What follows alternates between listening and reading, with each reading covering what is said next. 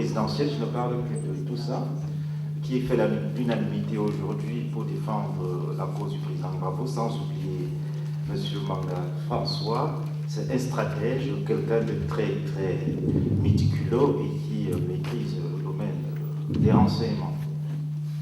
Tout à l'heure, lorsque j'ai regardé le téléfilm qui passait, une jeune femme, je crois qu'elle est sortie, elle était assise devant, elle a dit pourquoi les avocats ivoiriens n'interviennent pas dans cette affaire. Certes, je ne suis pas ivoirien et je suis un panafricaniste. Je vais vous brosser un peu les faits, puisque je suis au cœur de l'opération Licorne. En 2005, après les événements de Bouaké de 2004, l'armée française a commis des actions en Côte d'Ivoire. Je reçois des jeunes Ivoiriens qui me disent « Maître, qu'est-ce qu'on peut faire ?» Je leur propose de déposer plainte. J'ai vu certains présidents d'associations prendre la fuite. Prendre la fuite parce qu'ils avaient en face d'eux la Grande Muette. Et qui dit la Grande Muette, derrière la Grande Muette, c'était Madame Alioumari. Madame Alioumari, c'était le président Chirac.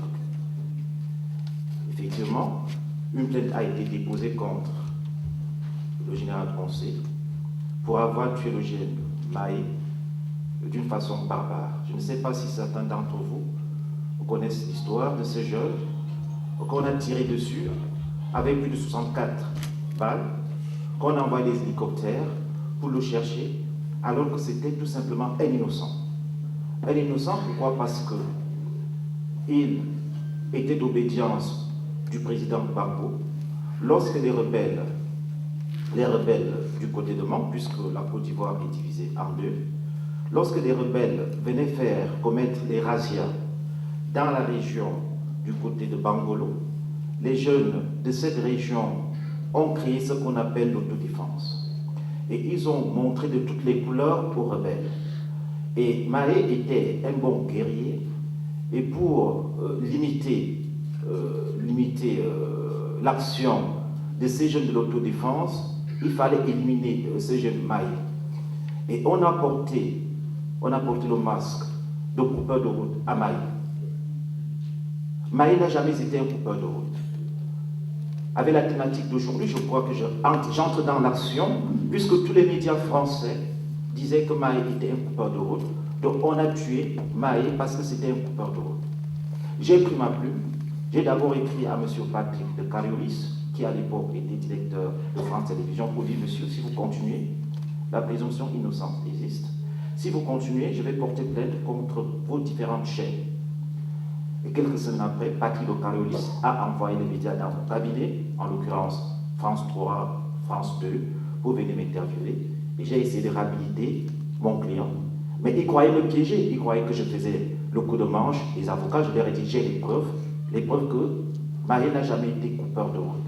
Et ces preuves, je vous les démontrer dans quelques semaines. Heureusement, vous savez, lorsque les militaires sont appelés sur un théâtre, il y a un certain quota. À partir d'une centaine, plus d'une centaine, il faut ce qu'on appelle les prévôtés. Les prévôtés, c'est quoi? C'est les gendarmes. Donc, les gendarmes, s'il y a plus de 500, bon, c'est selon le nombre de militaires. Donc, les prévôtés, c'est les gendarmes. Et les gendarmes jouent office de la police judiciaire. Ce n'est pas seulement pour les populations locales, c'est au cas où un problème survient entre les différents éléments, c'est-à-dire les militaires français sur le théâtre de l'action. Donc, c'est la gendarmerie qui enquête, dont la gendarmerie française. Et lorsque Maé a été tué de façon barbare, on tire sur lui.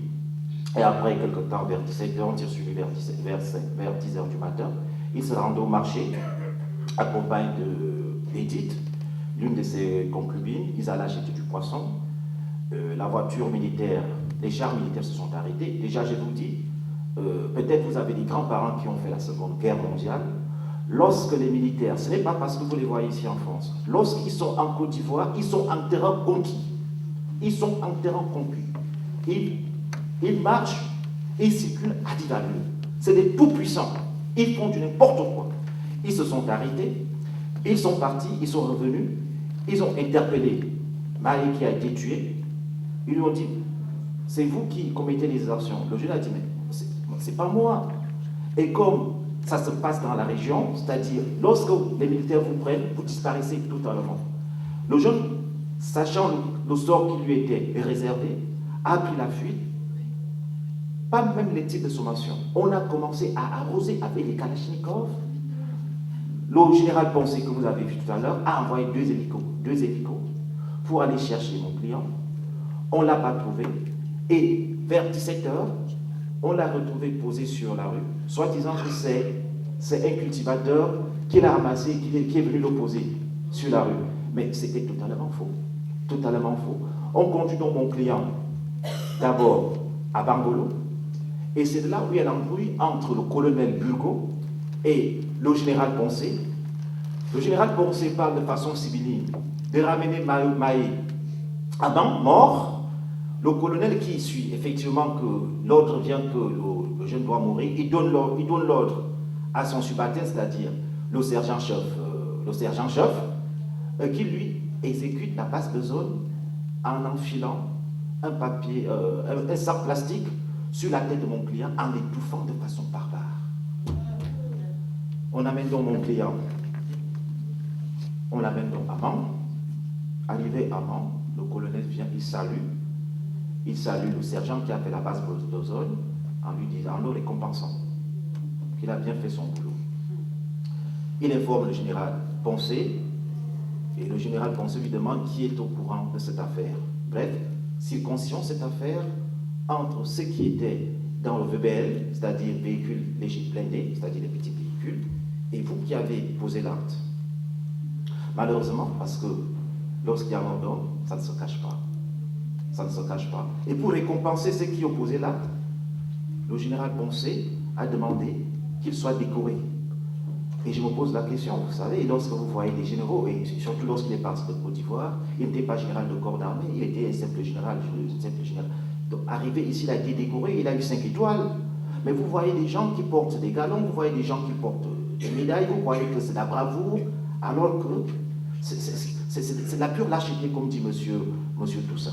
Donc j'ai pris le courage, et je peux vous rassurer, les confrères m'ont dit, attention, parce que vous avez affaire à la grande muette, on risque de vous flinguer. Je leur ai dit, on ne pourra pas me flinguer. Parce qu'à l'époque, j'avais certaines associations comme l'association Survie 13. Bon, certes, cette association Survie 13 et moi je ne peux pas citer les associations qui étaient derrière moi. Et j'avais aussi, à un moment donné, toute la presse qui avait compris, parce que la presse avait compris que c'était du mensonge. Et je me suis donc rendu en Côte d'Ivoire pour l'audition de la famille de mon client, arrivé en Côte d'Ivoire. Effectivement, lorsque je partais en Côte d'Ivoire, je croyais que j'allais trouver un pays en état de délabrement. Je suis arrivé, j'ai trouvé que le président Gbagbo avait un soutien indéfectible de sa population. Moi, je ne suis pas un homme politique. Je ne suis d'aucune obédience. Mais je vous dis ce que j'ai vécu. Ce que j'ai vécu, certes, pour me protéger, on m'avait donné des bérets rouges. Mais à un moment donné, je leur ai dit, laissez-moi, je vais quand même vivre en Afrique comme un Africain. Je suis parti dans les boîtes de nuit. J'ai trouvé un peuple qui était acquis à la cause de son président. Et pendant que je passais au plateau où le tribunal le plus... Il semble qu'il y a une voiture rouge qui part la route Ibadan 84. Oui. Donc pendant que je suivais l'audition de la famille de mon client,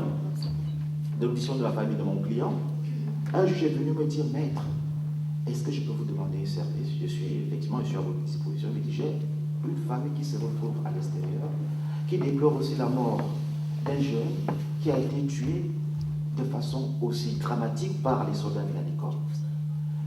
Il m'a donné le nom de ce jeune, et j'ai rencontré la famille, et qu'est-ce qui s'est passé? Je serai très bref. Qu'est-ce qui s'est passé? Ce jeune, à peine 14 ans, c'est des jeunes qui allaient rendre service aux forces de la Licorne pour faire les petits boulots. Il faisait la classe de troisième du nom de Kwaku. Et qu'est-ce que le jeune militaire lui a dit? Je vous donne 1000 francs CFA si vous me videz à cul sec le vin l'alcool traditionnel qu'on appelle koutou-koutou. Bon, le koutou-koutou, c'est un alcool traditionnel très fort qui est à plus de 100 degrés. à plus de 100 degrés. Donc si vous me videz cet alcool, je vous donne 1000 francs CFA, l'équivalent de, je crois, 13 euros. 1,50 euro. Ce jeune qui est très, très indigent, très malheureux, qui a besoin de tout, il lance le défi.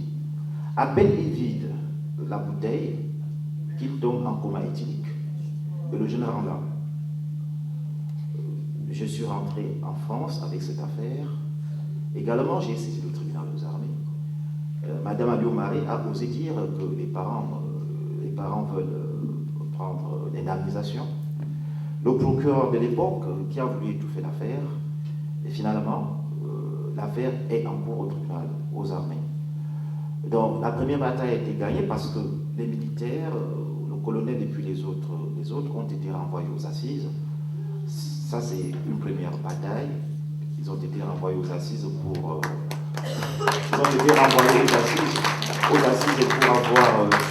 avoir tué le jeune Maé. D'ici là, le procès aura lieu.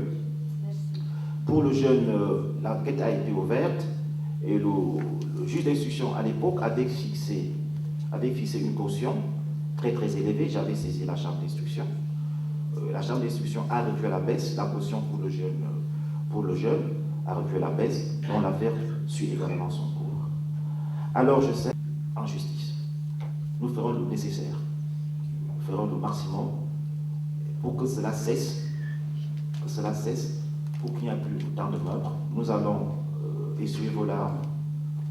Ceux qui seront avec nous, les Français qui seront avec nous, vous ne nous regretterez jamais. Aujourd'hui, les gens cherchent par tous les moyens à porter le titre de juste. Lorsque les Juifs